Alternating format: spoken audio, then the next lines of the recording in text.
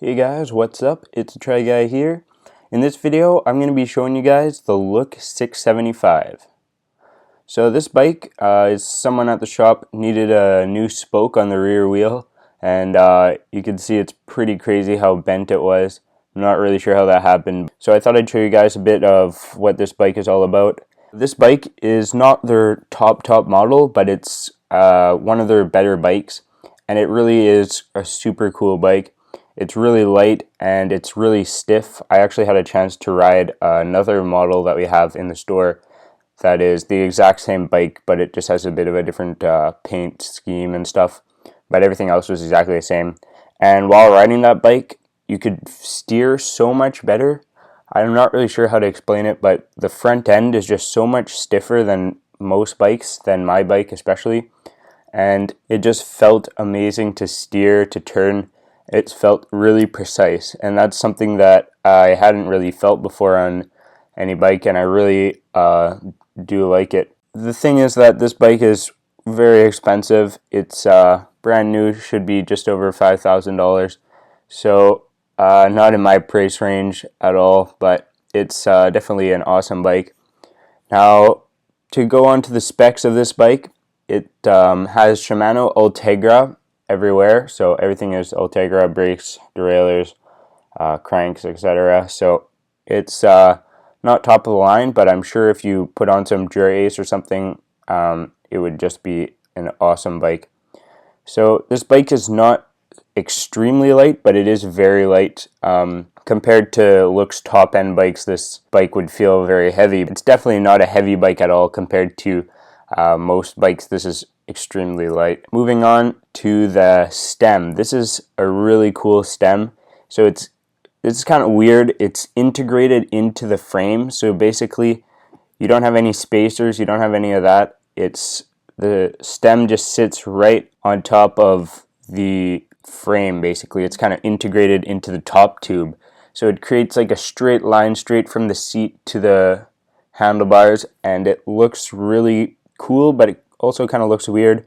I kind of like it, but some people kind of find it looking weird. So this stem is called the A stem, and basically the point of doing this is to reduce the weight of having all the spacers and the extra piece of the fork, right, that goes right up through the stem. So it's a cool design, and I think it's pretty cool, but it's not for everyone.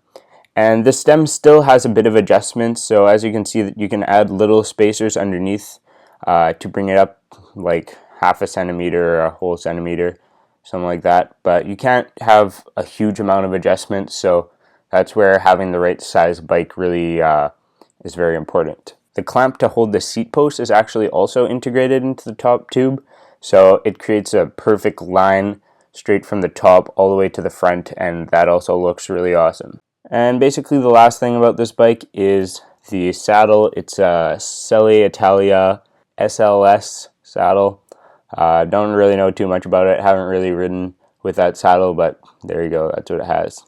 So that's basically all you need to know about the bike. And so basically the wheels that this bike have are some Fulcrum wheels. If you know about Fulcrum wheels, they're a bit of a different kind of wheel. They have a different system for putting in their spoke nipples. So I have a couple videos of just when I was taking out the spokes and stuff, but you have to have a special kind of spoke just for these wheels.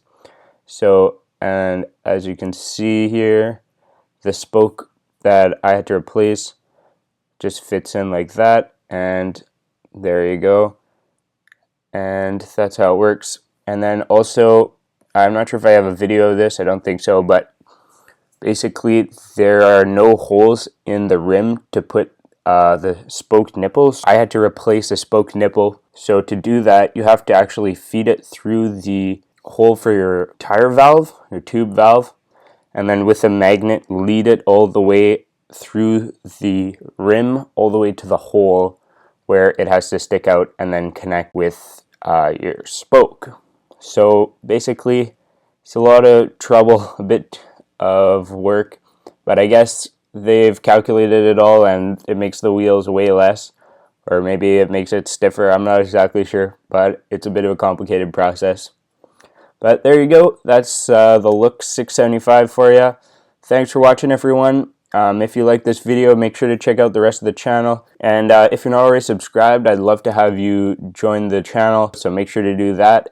And I'll see you guys in the next video. So this is pretty much the best bike that Look makes.